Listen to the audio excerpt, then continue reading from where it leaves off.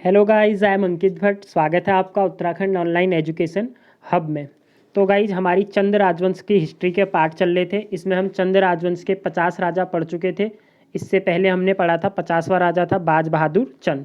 तो बाज बहादुर चंद के बाद गाइज अब जो बचते हैं चंद राजवंश के, वो बचते हैं 11 राजा। ठीक है, टोटल मैंने बताया था आपको 61 राजाओं ने क्या किया था, चंद राजवंश पर राज किया था। तो 50 हम पढ़ चुके हैं। आज हम पढ़ेंगे 51वें राजा उद्योत चंद को। तो अगर गाइज उद्योत चंद की बात करें तो इसका जो शासनकाल माना जाता है वो 1678 से 1698 तक माना जाता है। ठीक है, चलते हैं। देखिए, फर्स्ट पॉइंट है हमारा, बाज बहादुर के पुत्र उद्योत को डोटी व गढ़वाल के राजाओं के कुमाऊं पर संयुक्त सैनिक कार्यवाही के विरुद्ध सफलता मिली। तो गाइज इसके टाइम पे क्या होता है, तो गाइज देखिए ये हमारा कौन सा पार्ट आ जाता है, उत्तराखंड वाला पार्ट आ गया। ठीक है, अगर मैं बोलूँ ये उत्तराखंड का है तो ये वाली पर्वत श्रेणी ये हो गई हमारी कुमाऊं, ये हो गया हमारा गढ़वाल। यहाँ पर आपका पड़ जाता है चंपावत और ये हो गया पिथौरागढ़। तो इसके टाइम पे क्या हुआ, यहाँ से तो गढ़ नरेश क्या कर देता है, आक्रमण कर देता है। ठीक है, द्वाराहाट और दूनागिरी क्षेत्र पे यहाँ से हमारे गढ़वाल वाले आक्रमण कर देते हैं। और दूसरा जो डोटी का राजा होता है गाइज, उस समय देवपाल होता है। याद रखिएगा, अगर डोटी के राजा का नाम पूछे तो वो कौन हो जाएगा, देवपाल। वो आक्रमण कर देता है कहाँ से, पूरब से। तो इसे एक साथ दो दो हमलों को क्या करना पड़ता है, झेलना पड़ता है। पर ये सफलतापूर्वक यहाँ से इसको भी हटा देता है, मार भगाता है, और यहाँ से इसको भी मार भगा देता है। तो आपसे क्वेश्चन क्या पूछेगा, कौन से राजा के टाइम में दो, पूरब और पश्चिम, मतलब गढ़ नरेश ने भी आक्रमण किया था और देवपाल जो कि कहाँ का राजा था हमारा, डोटी नरेश था, उसने भी आक्रमण किया था। तो कौन से राजा के, उद्योत चंद आपका आंसर हो जाएगा। ठीक है गाइज, और ये बोले कि किस राजा के विरुद्ध गढ़ नरेश और डोटी नरेश ने संधि की थी, तो उद्योत चंद के खिलाफ ही क्या की थी, इन्होंने संधि की थी। इनके बीच में ये संधि हुई थी कि आप तो करो पूरब से आक्रमण, मैं करूंगा पश्चिम से आक्रमण। क्योंकि मैंने आपको बताया था, देखिए जो देवपाल था, डोटी का आक्रमण करने का रीजन क्या था, हमने पढ़ा था। जो हमारा भारती चंद होता है वो क्या कर देता है, डोटियों पर आक्रमण कर देता है। उससे पहले जो चंद लोग थे वो डोटियों को कर देते थे। तो इसलिए नेपाल के राजा क्या हुए थे, चिड़े हुए थे। तो देवपाल का आक्रमण करने का रीजन ये था। गढ़वाल नरेश, ये तो पहले से ही उनके बीच में चल रही थी। कुमाऊं वाले गढ़वाल पर आक्रमण करते थे और गढ़वाल वाले किस पर आक्रमण करते थे, कुमाऊं पर। तो बीच में चंद राजवंश यहाँ पर क्या हो गया था, फर्स्ट टाइप का गया था। तो इसी के टाइम में क्या होता है, आक्रमण होता है। तो पहला पॉइंट आई थिंक आपको क्लियर हो चुका होगा गाइज। तो जब ये आक्रमण होता है तो देखिए दूसरा पॉइंट देखते हैं, उद्योत चंद ने रुद्रचंद की भांति विद्वानों को आश्रय दिया तथा देवालयों का निर्माण कराया। तो मैंने बताया आपको, जो चंद राजवंश के लगभग आपको राजा मिलेंगे वो मंदिरों के बहुत शौकीन थे। ठीक है, स्थापत्य कला को वो क्या करते थे, बढ़ावा देते थे, विद्वानों को बढ़ावा देते थे। तो रुद्रचंद की ही भांति इसने भी विद्वानों को आश्रय दिया और देवालयों का निर्माण कराया। नेक्स्ट देखें अगर गाइज, तो भारती चंद के बाद इसी ने नेपाल पर आक्रमण किया तथा ग्रीष्मकालीन राजधानी अजमेर पर कब्जा किया। तो मैंने बताया था पहला राजा जिसने डोटी पर आक्रमण किया था या नेपाल पर आक्रमण किया था, कौन था वो, भारती चंद था। ठीक है, फिर सब कुछ चल रहा था, बट बीच में फिर देवपाल आता है, वो आक्रमण कर देता है। तो उद्योत चंद को आता है गुस्सा, वो चला जाता है उससे लड़ने के लिए। तो होता क्या है गाइज, ये क्या करता है, डोटी को भगा देता है यहाँ से। ठीक है, यहाँ से डोटी को भगाता है। मैं इस युद्ध की बात बताता हूँ आपको, जब इन्होंने एक साथ युद्ध किया था। तो ये फिर अपने 4 गढ़ बना देता है। देखिए, दोराहाट, दूनागिरी, ये तो होते हैं गढ़वाल साइड की तरफ से। वहाँ पर 2 क्या कर देता है, किले बना देता है। अगर हम यहाँ बात करें तो यहाँ पूरब में, तो यहाँ पर चंपावत में एक ये क्या बनाता है, गढ़ बनाता है। ठीक है, और दूसरा बनाता है यहाँ पर ब्रह्मदेव मंडी, क्योंकि यही 2 जगह थी जहाँ से डोटी लोग क्या कर सकते थे, आक्रमण कर सकते थे। तो यहाँ पर वो क्या कर देता है, किलेदार नियुक्त कर देता है, जिससे कि आगे यहाँ पर आक्रमण हो ना पाए। फिर पर होता क्या है, डोटी नरेश फिर से आक्रमण कर देता है। तो ये क्या करता है, फिर से डोटियों के खिलाफ जाता है और उनकी जो राजधानी होती है अजमेरगढ़।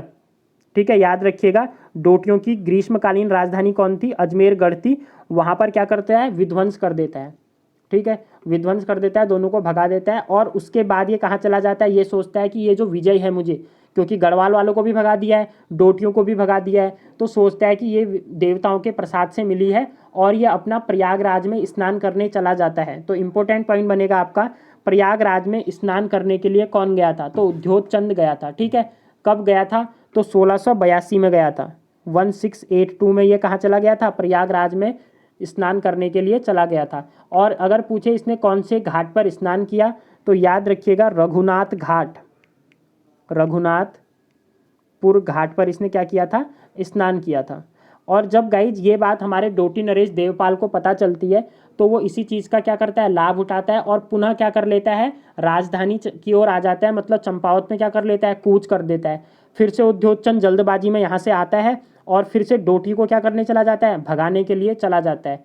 तो आप समझ सकते थे उद्योगचंद इतना शक्तिशाली राजा था कि उसकी केवल घोड़ों की आवाज़, उसकी सेना की घोड़ों की आवाज़ सुन के ही वो क्या होते हैं, डोटी नरेश फिर से वहाँ से क्या हो जाता है, भाग जाता है। ये अजमेरगढ़ तक गाइज उनको खदेड़ता है जो हमारा उद्योगचंद है, और उसके बाद वहाँ बहुत सारी लूटपाट की जाती है, और लूटपाट करने के बाद क्या करता है, उसको अपने अधिकार में तो नहीं रखता है, उसे छोड़ के फिर से वापस आ जाता है।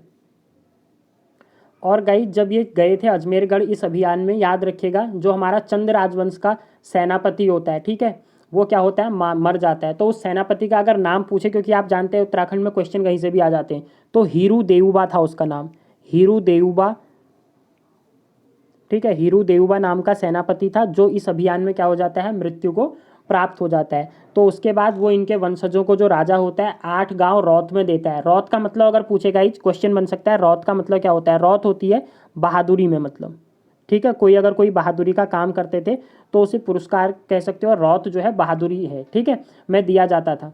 ये हमें क्या होता है, अजमेरगढ़ के बाद इतना हो गया। तो चलते हैं, देखिए नेक्स्ट है ताम्रपत्र बरम बुआनी पिथौरागढ़, जिसमें धाई माता बीमारी का उल्लेख है। इंपॉर्टेंट पॉइंट है कि हमें धाई माता बीमारी कौन से राजा को थी, तो कौन से राजा को थी, उद्योगचंद को थी। कौन से अभिलेख से पता चलता है, तो ताम्रपत्र बरम, बरम मुआनी है कहाँ पर गाइस, तो ये पिथौरागढ़ में स्थित है, ठीक है। और ये कब का ताम्रपत्र था अगर ये पूछे तो ये 1679 1679 ईस्वी का ताम्रपत्र है, उससे हमें पता चलता है। उसके बाद जब इसे धाई माता की गाइस बीमारी थी तो ये किसके द्वारा की गई थी, ठीक, उसका एक राजवैद्य था वरदेव जोशी, उसी ने इसको क्या किया था, ठीक किया था। और जब वो इसे ठीक करता है तो उसके बाद उसे रौत में वो कुछ जमीन पुरस्कार भी देता है। तो इतनी चीज़ हो गई यहाँ से। इसने त्रिपुरा सुंदरी पार्वतीश्वर उद्योग चंद्रेश्वर मंदिर का निर्माण करवाया। तो इम्पोर्टेंट क्वेश्चन है, त्रिपुरा सुंदरी पार्वतीश्वर उद्योग चंद्रेश्वर मंदिर का निर्माण किसने कराया, तो उद्योग चंद ने करवाया था। तो नेक्स्ट पॉइंट है गाइज, इसने ये बदल दिया। नेक्स्ट है हमारा, डोटी व अजमेरगढ़ फतेह के बाद 1682 में प्रयागराज के रघुनाथपुर घाट पर स्नान किया, ठीक है। ये मैंने स्टोरी बता दी आपको, क्यों किया था, क्योंकि इसने सोचा था ये जो विजय मिली है मुझे, ये देवताओं का प्रसाद है। तो ये कहाँ चला गया था, 1682 में चला गया था अपने स्नान करने के लिए। नेक्स्ट पॉइंट है, उद्योगचंद के विरुद्ध गढ़ नरेश मेदिनी शाह व डोटी राजा देवपाल ने संधि की थी। तो ये मैंने पॉइंट आपको डिस्कस कर लिया है। अगर पूछे गढ़वाल नरेश कौन था तो क्या आ जाएगा, मेदिनी शाह।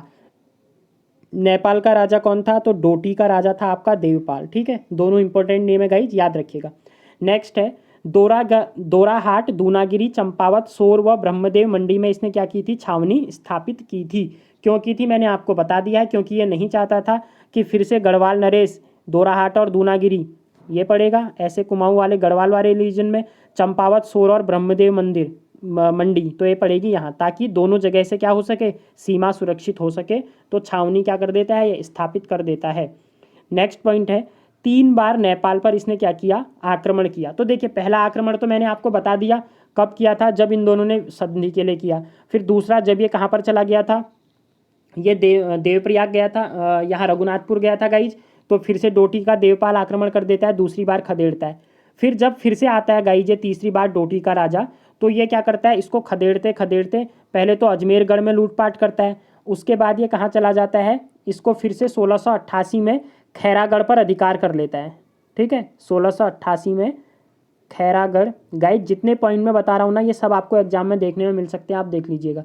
688 में खैरागढ़ पर क्या कर लेता है, आक्रमण, और वहीं पर फिर उनके बीच क्या होती है गाइज, इसके और देवपाल के बीच संधि हो जाती है, जिसमें जो देवपाल होता है, डोटी नरेश होता है, वो कुमाऊं नरेश को कर देना क्या करता है, स्वीकार करता है, कर देने को राजी हो जाता है। अब इस बात से क्या होता है गाइज, जो हमारा उद्योगचंद है वो खुश हो जाता है। ऑब्वियस सी बात है, अगर आपके राज्य को कोई कर देगा तो आपके राज्य की आय क्या होगी, बढ़ेगी। तो कोई भी राजा इसको अस्वीकार नहीं करेगा, तो वो भी खुश हो जाता है। और खुश होने पर जब वो वापस अल्मोड़ा आता है, ठीक है, तो आपने वो क्या करता है, वहाँ पर एक किले का निर्माण कराता है, ठीक है। एक क्या करता है, अल्मोड़ा आकर वो खुशी में एक महल बनवाता है, और महल बना के साथ में जो मैंने आपको मंदिर बनाए थे चाटुकारों को खुश करने के लिए, त्रिपुरा सुंदरी पार्वतीश्वर और उद्योग चंद्रेश्वर मंदिर को क्या करता है, निर्माण करता है। तो ये हो गई गाइज इसके बारे में इंपॉर्टेंट चीज़ें। ठीक है। बट उसके बाद भी क्या होता है, देखिए मैं पूरी स्टोरी बता देता हूँ आपको। 1696 में क्या होता है, जो उद्योग चंद को कर देना बंद कर देता है। कौन? देवपाल, जो डोटी का नरेश होता है।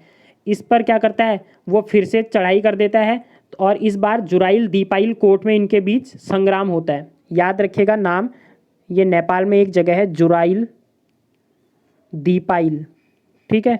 तो जुराइल दीपाइल के बीच किस किस का युद्ध होता है, तो डोटी नरेश और उद्योग चंद का युद्ध होता है। बट इस बार क्या होता है गाइस, जो डोटियालों की करारी चोटों से जो कुमाऊं की सेना होती है वो क्या हो जाती है, उसके पैर उखड़ जाते हैं। और ये इतना भीषण संग्राम था कि उद्योग चंद भाग जाता है वहाँ से, ठीक हो गया। और क्या कर जाता है, इसमें जो हमारा होता है यहाँ पर सेनापति शिरोमणि जोशी, वो मारा जाता है। शिरोमणि जोशी मारा जाता है, ठीक है। मतलब आप समझ सकते हो, डोटालियों ने ऐसा कर दिया था ना, उनके हाथों में जो भी आ रहा था, कोई भी अगर आ रहा था वो सीधे जान से उसे मार दे रहे थे, ठीक है। तो इतना भीषण युद्ध था, चंद सेना पूरी तरीके से तहस नहस हो चुकी थी। जितने बचे कुचे सैनिक थे वो भाग गए थे, ठीक है, अपनी जान बचा रहे थे। और उद्योग चंद इस घटना से इतना दुखी हो गया था गाइज, जैसे आपने देखा होगा ना, अशोक के लिए आप पढ़ते हो तो कलिंग युद्ध के बाद उसका हृदय परिवर्तन हो गया था। और इस युद्ध के बाद आप कह सकते हो उद्योग चंद का भी क्या हो गया था, हृदय परिवर्तित हो गया था। अब वो हार की वजह से हुआ था, क्योंकि इतना भीषण संग्राम उसने देखा नहीं था। वो इतना दुखी और निराश हुआ कि उसने युद्ध करने से ही तौबा कर दिया। इसके बाद उसने कोई युद्ध ही नहीं लड़ा और वो कहाँ चला गया, शांति की खोज में चला गया, ठीक है। तो उसने क्या किया, दूर दूर से ज्योतिष विद्वान और जितने भी मतलब विद्या व्यसनी बुलाए, उनको अपने राज दरबार में धर्म कर्म करने के लिए बोला। इसके टाइम पे मतलब ऐसा हो गया था, ये शांति की खोज में इतना लीन हो गया था ना, इसके टाइम पे पूजा पाठ मंदिरों में घंटियां बजने लग गई थी। जो पूरा रीजन था आपका कुमाऊं का, वहाँ शंख ध्वनि घंटे घड़ियाल बजने लगे थे, ठीक है। तो ये था इतना इसके बारे में इम्पोर्टेंट। और उसके बाद क्या करता है गई, ये 1698 में अपने राजपाट को अपने पुत्र को दे देता है, ज्ञानचंद को। और कहाँ पर चला जाता है, गोलोकवासी हो जाता है, ठीक है, मतलब शांति की प्राप्ति में चला जाता है। तो इतना था गाइज हमारा उद्योग चंद के बारे में। आई होप कि आपको वीडियो पसंद आ रही होगी गाइज। देखिए, अगर मैं ये भी कर सकता था कि आपको केवल ये होता इंपॉर्टेंट फैक्ट्स दे देता, बट में क्या है, 2-3 बुक्स का ये मिक्सअप है। तो जिस बुक्स में जो है, ठीक है, जो फैक्चुअल बेस्ड डाटा है जो आपके एग्जाम में आ सकता है, वो पूरा का पूरा आपका रखा है। तो आपको क्या है, देखो हिस्ट्री क्या होती है गाइस, ये वन टाइम इन्वेस्टमेंट है, कह सकते हो आप इसे। अगर आपने एक बार इसे पूरा कर लिया तो आपको बस फिर से एग्जाम टाइम में रिवीजन की ज़रूरत होती है, क्योंकि हिस्ट्री तो बदल नहीं सकती ना। उद्योग चंद किसका, अगर बाज बहादुर चंद उससे पहले राजा था तो उसके बाद उद्योग चंद ही रहेगा। अगर उद्योग चंद का बेटा था वो ज्ञानचंद ही रहेगा। करंट अफेयर्स की तरह वो हर महीने बदलता नहीं रहेगा, ठीक है। तो हिस्ट्री आपको एक बार पढ़नी होती है। तो आई सजेस्ट कि एक बार आप कंप्लीट कर लो, एक बार आप नोट्स बना लो, जिससे कि आपके, क्योंकि अभी आपके एग्जाम में आने में क्या है, टाइम है। तो हिस्ट्री से आपको पता है क्वेश्चन काफ़ी डीप पूछने लग गया है। तो नेक्स्ट चलते हैं गाइज, ज्ञानचंद। तो चंद राजवंश का जो 52वें नंबर का राजा था वो कौन था, ज्ञानचंद था। राजा मैंने बता दिया 1698 में क्या हुआ था, ये गद्दी पर बैठा था। क्यों? क्योंकि इसके पिताजी कहाँ हो गए थे, शांति की खोज के लिए चले गए थे। 1708 तक इसका शासनकाल माना जाता है। तो देखिए इसके बारे में जानते हैं। प्रथम आक्रमण गढ़वाल की पिंडर घाटी थराली तक के उपजाऊ क्षेत्र को इसने रौंद डाला था। तो गाइस देखिए, जैसे कि मैंने आपको बोला, कुमाऊं के चंद राजवंश के राजा क्या थे, गढ़वाल पर लगातार अटैक करते रह रहे थे, ठीक है। और ज्ञानचंद ऐसे राजाओं में था जिसका लगभग अपने शासन का आधे से ज़्यादा समय किससे, गढ़वालियों से युद्ध करने में ही बीता था। तो ये क्या करता है, अपना पहला जो आक्रमण करता है ये पिंडर घाटी में, ठीक है, पिंडर घाटी थराली तक के उपजाऊ क्षेत्र को, गढ़वाल पर जो करता है, पिंडर घाटी पर ये पहला आक्रमण करता है। और थराली तक जितना उपजाऊ क्षेत्र था सबको क्या कर देता है, रौंद डालता है, ठीक है। तो इंपॉर्टेंट चीज़ होगी पहली ये। दूसरे पॉइंट की बात करूँ गाइज, तो 1699 ईस्वी में बधाड़गढ़ को लूट लेता है। तो बधाड़गढ़ को ज्ञानचंद ने कब लूटा, 1699 में लूटा, ठीक है। और इसको क्या कर लिया था, उसने विजय कर लिया था। यहाँ से वो नंदा देवी की स्वर्ण प्रतिमा अपने साथ ले गया, वो अल्मोड़ा स्थापित की। तो आपने जो अल्मोड़ा की नंदा देवी वाली मूर्ति देखी, अगर क्वेश्चन क्या बन सकता है आने वाले एग्जाम में कि क्या अल्मोड़ा की जो नंदा देवी की मूर्ति है उसकी स्थापना किसके द्वारा की गई, या उसको किसके द्वारा लाया गया था, तो ज्ञानचंद के द्वारा लाया गया था। कब, 1699 में, जब उसने बधाड़गढ़ का क्या किया था, युद्ध को जीत लिया था।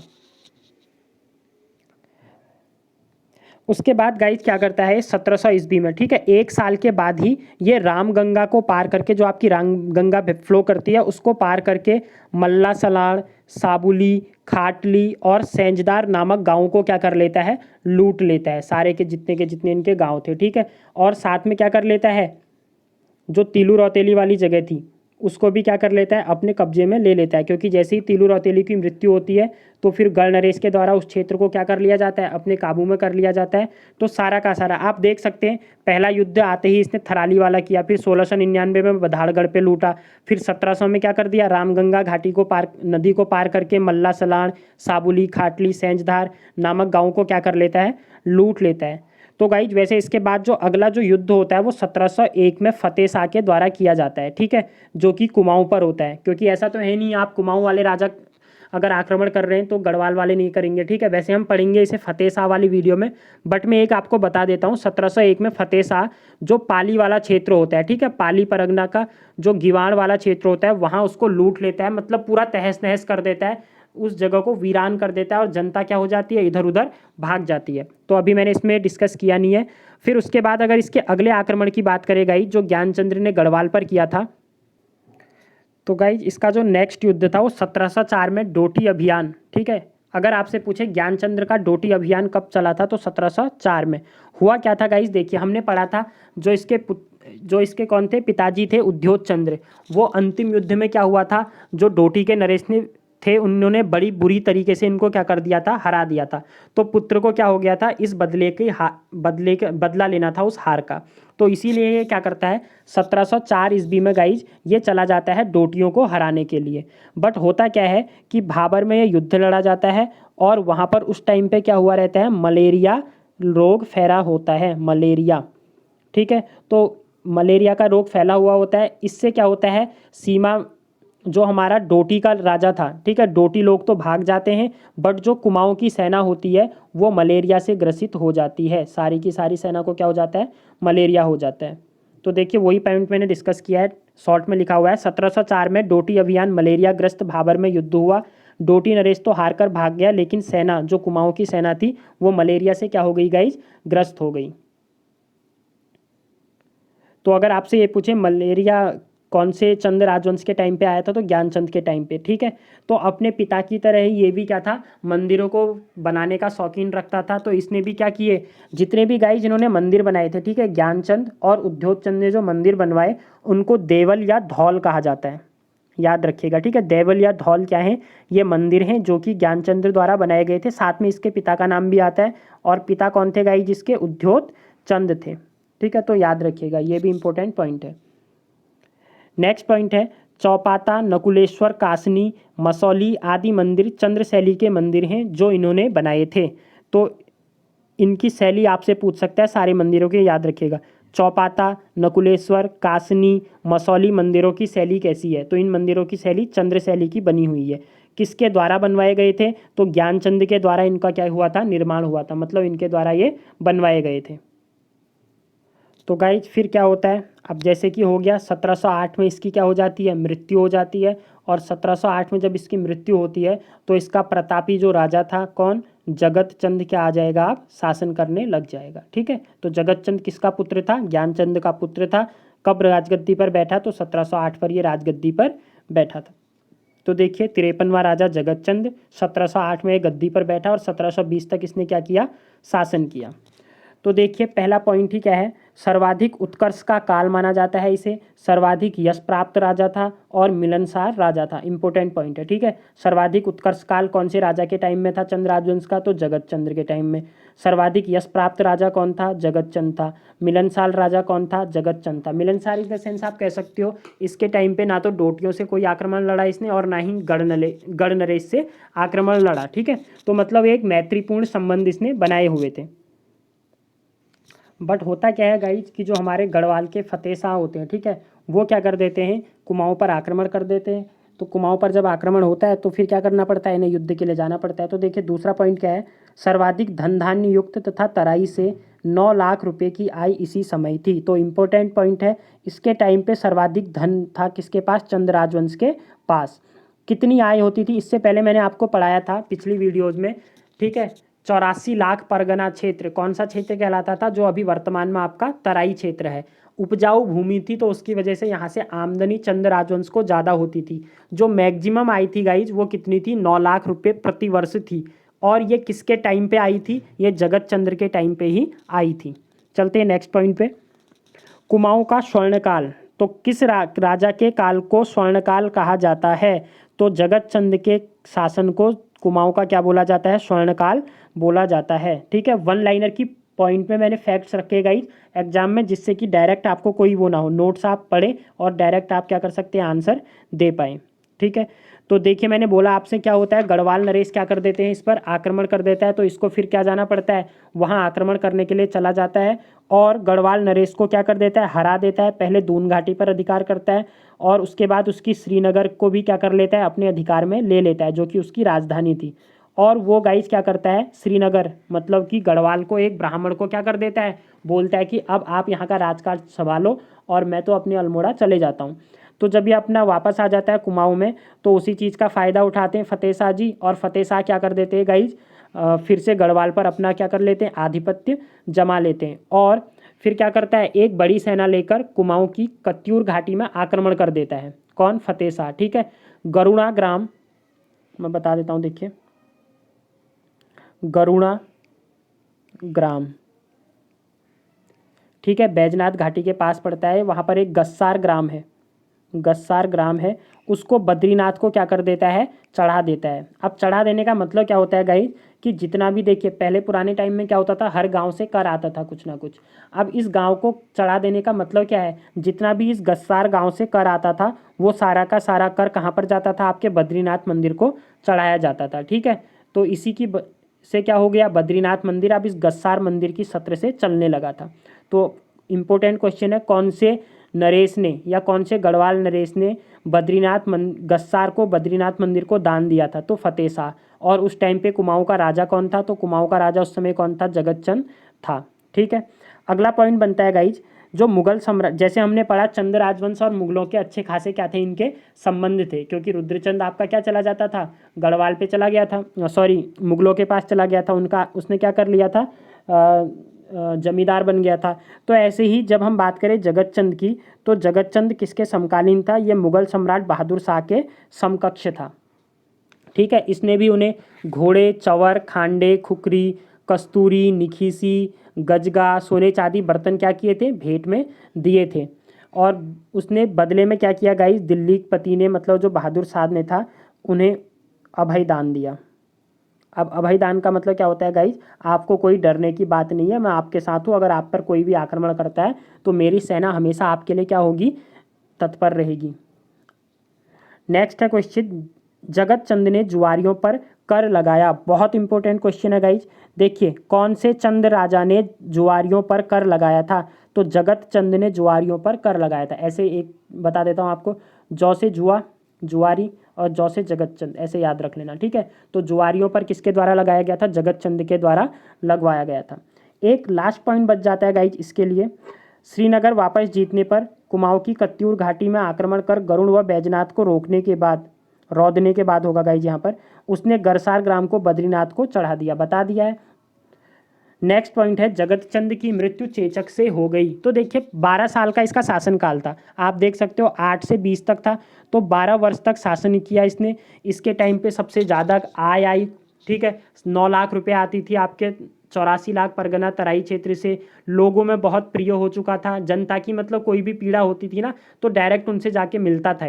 12 साल के शासनकाल में इसने जो किया वो चंद राजवंश का कोई भी राजा नहीं कर पाया। ठीक है, इसीलिए इसके टाइम को क्या बोला जाता है, कुमाऊं का स्वर्णकाल बोला जाता है, इसे मिलनसाल राजा बोला जाता है। बट होता क्या है कि इसकी अंत में 1720 में चेचक के कारण क्या हो जाती है, इसकी मृत्यु हो जाती है। तो ये भी इंपॉर्टेंट पॉइंट है, कौन से चंद राजा की चेचक के कारण मृत्यु हुई थी, तो जगत चंद की चेचक के कारण क्या हो गई थी, मृत्यु हो गई थी। तो इतना हो गया हमारा जगत चंद के बारे में गाइज। और गाइज इसी के बाद क्या हो जाएगा, अब यहाँ से चंद राजवंश का क्या हो जाएगा, अवनति काल स्टार्ट हो जाएगा। ठीक है, इसका पुत्र होता है देवी सिंह, वो 1720 पर गद्दी पर बैठता है, वही विलासीपूर्ण इस टाइप से राजा होता है। तो चंद राजवंश अब डूबने की कगार में यहाँ से आना स्टार्ट हो जाएगा। ठीक है, तो आई थिंक वीडियो गाइज बहुत लंबी हो जाएगी, तो इतना ही पार्ट करते हैं। इतना वीडियोज़ के आप नोट्स बना लीजिए। वैसे ये जो PDF है, जैसे ही चंद राजवंश आपका एंड होगा मैं व्हाट्सएप ग्रुप पे इसे अपडेट कर दूंगा। ठीक है, तब तक के लिए आप इतना पढ़िए, जो भी नोट्स हैं अगर आप अपना बनाना चाह रहे हैं, जो मैं एक्स्ट्रा फैक्ट्स दे रहा हूँ वो आप लिख सकते हैं। तो मिलते हैं न्यू वीडियो के साथ, तब तक के लिए bye, thanks, have a good day.